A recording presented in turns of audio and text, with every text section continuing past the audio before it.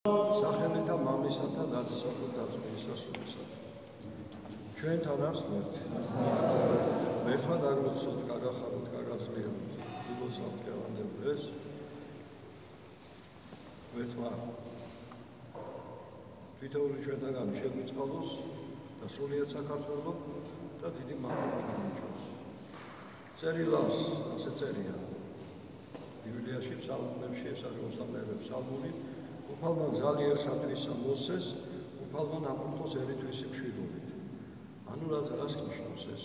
უფალმა ძალა თავის ers მოსეს, ყველას კი არა, თავის ers მოსეს. და უფალმა აკურთხოს მშვიდობითო, ანუ მშვიდობა მის ეს აკურთხევა, არა ყველასო, არამედ თავის ers. უფალმა აკურთხოს ერითვისი მშვიდობით. ანუ უფალი ძალას და მშვიდობას და კურთხევას აძლევს თავის ers. და ასევე წერია ბიბლიაში, ფსალმებში ასევე ფსალმებში. უკვე თუმცა ერსა ჩემსა ესმინა ჩემიო, დამცამე დაბლებინეს მტერნი მათნიო, დამცამერია ხელი ჩემი მტერთამდეს მათთა ზედაო და დამცამე დაბლებინოს იგინიო. ანუ თუკიო ჩემიერიო ისმენდაო, ჩემსასო, ოღონ ჩემ ერს ესმინა ჩემიო, მაშინო მეო მათ მტრებსო ხელს დავარგავდიო და დავამდავლებდიო. ესე წერია. ესე იგი, მაშინ ჩემერსო მტრებს დავმარცხებდიო და დავამდავლებდიო. ვეღარ ავლებდიო ჩემერსო. მაგრამ მანამდე უფალი ამბობს, რომ ჩემერსო, ჩემი ესმინა მიამას გავაკეთებდი. ამიტომ იმის გამო იმისათვის რომ მერი იყოს ღვთის ერი იყოს კურთხეული ეს მისი მოწინააღმდეგები დაუმდაბდნენ, დაუმშვიდნენ და ერის ცხოვრება იყო მშვიდობით, ერის ცხოვრება იყო მშვიდობით, საჭიროა რომ ერმა ისმინოს ღვთის მცნებების და ერი იყოს ღვთის ერი. ამაში ესაა. ამიტომ ჩვენ ქართველი ხალხი მოგეხსენებათ ძალიან ამორჩეული ვართ. ეს იმას კი არ ნიშნავს, რომ ჩვენ სხვაზე მეტი ვართ. ეს არ არის სწორი. ეს იმას ნიშნავს, რომ ჩვენ სხვაზე მეტი ვალდებულება მოგვეცა ღვთისაგან. გამოგვირჩია უფალმა და რატო გამოგვირჩია ეს თვითონ იცის, ჩვენ არ ვიცით. ეს თვითონ იცის. როგორც ჩანს ქართულ ხალხში არის სიყვარული. ეს იცის უფალმა და რა თქმა უნდა წინას არ იცოდა ყველაფერი. როგორც ჩანს უფალმა წინას არ იცოდა, რომ ქართველი ხალხი სარწმუნოებისთვის სხვა სისხლს დააქცევდა, დაანთხევდა. ეს იცოდა. ჩვენ არ ვიცით ეს, ისთვის გამოგვირჩია უფალმა, მაგრამ ფაქტია რა გამოგვირჩია, იმიტომ რომ ჯერ ილია თესბიტელის ხალხი ჩამოვიდა საქართველოში, შემდეგ კვართიუფლისა ჩამომზადდა საქართველოში, მაცხოვრის, რომელიც არის განუყოფელი ეკლესიის სიმბოლო და წინასახე ყოვლადწმინდა ღვთისმშობლის, და როგორც ღვთისმშობელში იყო მაცხოვარი ცხრათვე, ასევე კვართში იყო მთელი მისი ცხოვრება და ის კვართი იყო ყოვლადწმინდა ღვთისმშობლის მოქსოვილი. მოგეხსენება თქვენ. ქვეყანას რომელსაც კვართი აქვს, მის ეკლესიას ვერავინ ვერ მოერება, ანუ ის ერთიანი დარჩება ყოველთვის, ვერ განხეთქავს ეშმაკი. ესა და მერე ჩვენ კარგად ვიცით, რომ ყველაზე დიდი ჯილდო, რაც კი საქართველოს მიეცა, ეს არის ჩვენ გავთიშყოლად წმინდა ღვთისმშობლის სიმხედრე. ჩვენ ყოვლადწმინდა ღვთისმშობლის ქვეყანა ვართ. ღვთისმშობელს ერგო საქართველოსაც წიიყარეს მოციქულებმა და ღვთისმშობელს უყარეს სილი, მათ შორის თვითონ მოიწვა ღვთისმშობელმა, მას სილად ერგო ივერია. და შემდეგ ღვთისმშობლის კურთხევით, მაცხოვრის კურთხევით და ღვთისმშობლის კურთხევით თქვენ იცით საქართველოს ჩამომზადდა ანდრია მოციქული, სიმონ კანანელი, მატათა მოციქული და ძალიან ბევრი მოციქულები და აგერ დიდაჭარაში ჩვენი ხახობოში ვართ. აქედან სულ რაღაც 4-5 კილომეტრია ანდრია მოციქული მოვიდა, ხატი შემოამზადა ხელთუქმნელი ყოვლადწმინდა ღვთისმშობლის, რომელიც მის სახელზე დადებით გამოისახა და უფალმა უთხრა, რომ შენ დაარჩიო იერუსალიმში, იმიტომ რომ იერუსალიმი ცენტრი იყო მაშინდელი მსოფლიოს რელიგიური ცენტრი, იქ აეკრა უფალი ჯვარზე, იქ იშვა უფალი პალესტინაში, თქვენ იცით ბეთლემში და ამიტომ ღვთისმშობელი დაარჩენილიყო იერუსალიმში, იმიტომ მთელი მსოფლიო მოდიოდა მერე მის სანახავად. თქვენ იცით, იყო ესეთი ძალიან დიდი წმინდანი არის დიონისე არიოპაგელი, რომელიც პავლე მოციქულმა მოაქცია. ეს არის საბერძნეთის სენატის, ათენის სენატის წევრი, რომელმაც ირწმუნა ქრისტე.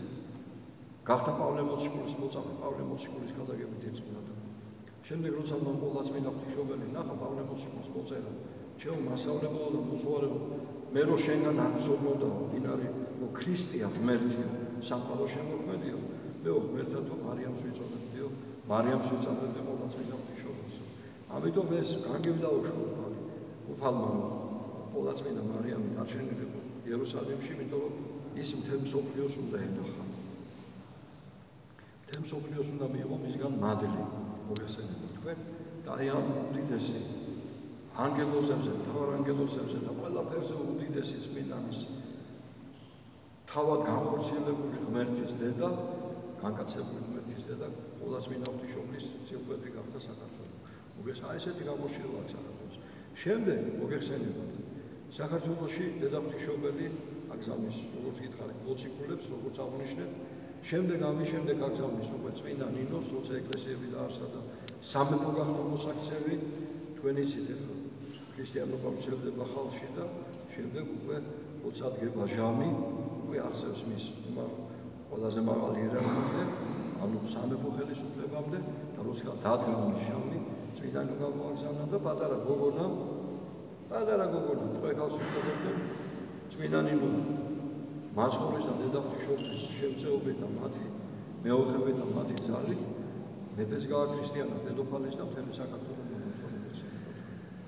ამის შემდეგ იმის გამო რომ გაძლიერებული მონასტრული ცხოვრება საქართველოში და სარწმუნოება კიდევ უფრო გამოგიცებული იყო, ღვთისმშობელი უკვე აგზავნის 13 ასულელმანს, იოანე ზადასნელს და მის მოწაფეებს. აი როგორია, ნახეთ რომ სისტემატიურად ზრუნავს დედა ღვთისმშობელი საქართველოში. და ამის შემდეგ დედა ღვთისმშობელი აგზავნის უკვე იმის შემდეგ რაც უკვე მონასტრული ცხოვრება ძლიერდება და ძალიან მტკიცდება ჩვენი ქვეყნის სარწმუნოებაში, უკვე აგზავნის სამეფო ხელისუფლებას, საერო ხელისუფლებას. რომ საქართველოს საერო ხელისუფლებას იყოს ღვთისგან ნაკურთხი და აგზავნის თავის ნათესავებს, მართალი კრეობას, შვილებს, მოციქული კრეობას, შვილთა შვილებს და თქვენ იცით ისინი შემოვიდნენ საქართველოში, ვარა მიეკუთხა მეფე და მის შთამომავლებმა იწოდა ბაგრატიონებად. ბაგრატიონები არიან ყოვლადწმინდა ღვთისმშობლის ნაცვლები, ქრისტეს ხორციელი ნათესავები და ამით თქვენ იცით ჩვენი წინაპრები ძალიან იქადოდნენ, ამაყობდნენ, როგორც წერია, როგორც პავლე მოციქული ამბობს, გარნანო დავიკვეხთო ჩვენ ნურაბლითო გარდა ქრისტე ღმერთითო, რომელიც ჩვენთვის ჯვარცმულია. და აი ამით იქადოდნენ, ამით ამაყობდნენ ბაგრატიონები, რომ ისინი არიან ქრისტე ღმერთის ხორციელი ნათესავები. ჩვენი განკაცებული მაცხოვრის ყოვლადწმინდა ღვთისმშობლის ხორციელი ნათესავები და აი ესეთი საოცარი ქვეყანაა საქართველო. თქვენ იცით, მოგეხსენება თქვენ და ვისაც მეტი მიეცეს, მეტი მიეთხოვს. ამიტომ ეხლა ტრაბახი იმითო ჩვენ ასეთები ვარ და ჩვენ კიდევ უმართობა ჩავედინოთ. ეს არ იგივე ფარისეულობა და სადუკეულობა, რომელსაც იოანე ნათლისმცემელი ეუბნებოდა. ნუ ტრაბახობთ იმით, რომ აბრაამის შვილები ხართ თქვენ, შთამომავლები. უმერც ისიც შეუძლია ამ ქვებისგან აღუდგინოს შვილები აბრაამის. ამიტომ აქ ტრაბახი კი არა, აქ ძალიან დიდი პასუხისმგებლობაა საჭირო. აქ ძალიან დიდი პასუხისმგებლობაა საჭირო. და რას ხედავთ ჩვენ დღეს? ჩვენ ხედავთ დღეს, რომ ეს პასუხისმგებლობა ჩვენ ხალხში არ არის. ძალიან მცირეშია. ამიტომ ჩვენ უნდა ძალიან აღვემართოთ, ჩვენ უნდა ისეთი სულისკვეთება გქონდეს, რომელიც შეესაბამება ამ უდიდეს პასუხისმგებლობას. ქართველ ხალხს უნდა გქონდეს ამის სულისკვეთება. და აი თქვენ იცით ახლა ბოლოჟამს მიიღეს ანტიდისკრიმინაციული კანონი, რომელიც იყო საშინელება, მე ვიტყოდი, როგორც პატრიარქმა ბრძანა, ეს არის უკანონობის დაკანონება. მოგეხსენება თქვენ, იმიტომ რომ წარმოიდგინეთ ახლა თუ ეს კანონი ამოქმედა ცხოვრებაში, ეხლა ჩვენ აქედან სამღვდელო პირმა, ეპისკოპოსმა, მღვდელმა, დიაკონმა უთხრას ადამიანს შეკითხვაზე პასუხი მოგაცეს, რომ არის თუ არა ცოდვა ჰომოსექსუალიზმი და უთხრა, რომ ეს არის სასიკვდილო ცოდვა. ეს არის ისეთი ცოდვა, რომელიც ყველაზე მეტად იშება ღვთისგან და ყველაზე მეტად ზაქს უყავს ეზიზღება. ამის გულისთვის შეიძლება იმან უჩინოს და უთხრას დისკრიმინაციას მიწევს. აი ეს არის საშინელება. და ეხლა ჩვენ რას ხედავთ? ჩვენ ხედავთ რომ სამწუხაროდ აი ამ კანონის მიღებას მე მოყვა უკვე პრაქტიკული ნაბიჯები. თქვენ იცით რომ ყირიმში სანამ ყირიმს რუსები წაიღებდნენ, იქ იმართებოდა ეგრეთ წოდებული კაზანტიპის დღესასწაული, ეგრეთ წოდებული ჭყალებში. რა არის ახლა ეს? ვისაც ერთხელ მაინც უნახავს, რას ნიშნავს ეს? ის თვითონ კარგად მიხვდება ამას და კარგად იცის რა არის. გულის რევის გარეშე ამას ვერ უყურებ და ვერ გაიხსენებ. რა არის ეს? ეს არის დაახლოებით ერთი რამოდენიმე ათეული ათასი ადამიანის გაერთიანება, თითქმის 50-60-60,000-ის. მათ ყავთ თავიანთი პრეზიდენტი, თავიანთი მინისტრები, რა ვიცი, მთელი სტრუქტურა აქვს თავისი, ვინ არიან ახლა ესე? ეს არის საშინელი გარყვნილი ხალხი. საშინელი, ყველანაირი ცოდვის მოქმედი. აი პირდაპირ ტელევიზორში აჩვენებენ ჰომოსექსუალისტებ კადრებს, რომელიც ხდებოდა ყირიმში, როცა ისინი ამ ეგრეთ წოდებულ დღესასწაულებს, ანუ უღმართობებს ატარებდნენ. პირდაპირ აჩვენებდნენ კადრებში კაცის კაცთან გადახსირებულ ყოფნას, ქალის ქალთან გარყვნილ ყოფნას, ნარკოტიკების მიღებას და რეკლამა ეს არის. ძნელად შეიძლება ადამიანმა წარმოიდგინოს ისეთი გადახსირება და ისეთი გარყვნილება, რომელიც აი ამ ეგრეთ წოდებულ კაზანტიპის ესე იგი შეკრებაზე არსებობს. და ამის გამო უფალმა უკრაინა დასაჯა მოგეხსენება თქვენ.